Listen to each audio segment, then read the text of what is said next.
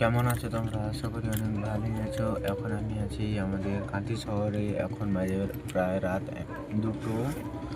এখন আমি এসছি সবজি টবজি নিয়ে আসে পান টান। আমার বাড়ির পাশে কাকু একজন, উনি পান ব্যবসা করেন, ওনার পান নিয়ে এসছি আমি।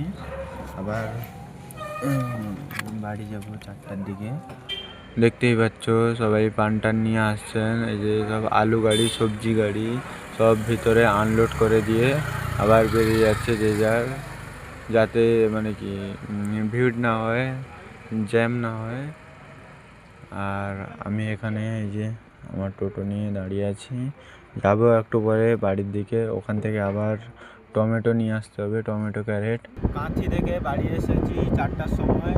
আবার 4টার সময় টমেটো ক্যারেট লোড করে যেটা কাঁথি নিয়ে যাওয়ার কথা ছিল ওটা আমাদের এই 7 মাইলে দিয়ে এলাম। এখন বাজে ভোর 5টা 5টা 19 হয়ে গেছে।